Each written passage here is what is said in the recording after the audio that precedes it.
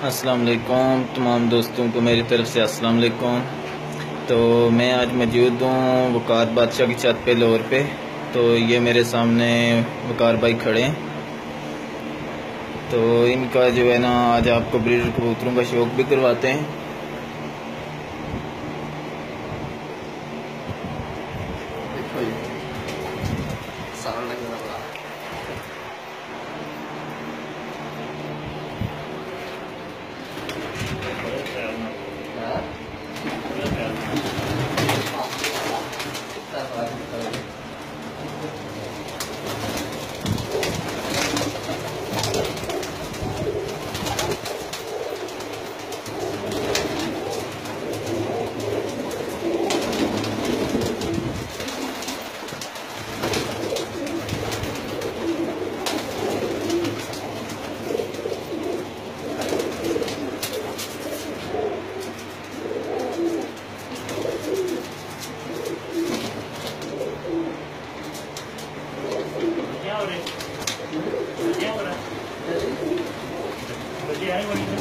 बच्चे दो पास नहीं पहले हो गए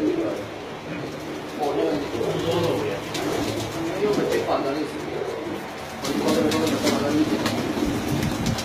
कोई बच्चे नहीं पसंद नहीं आया माथे लेके उसको साथ लिया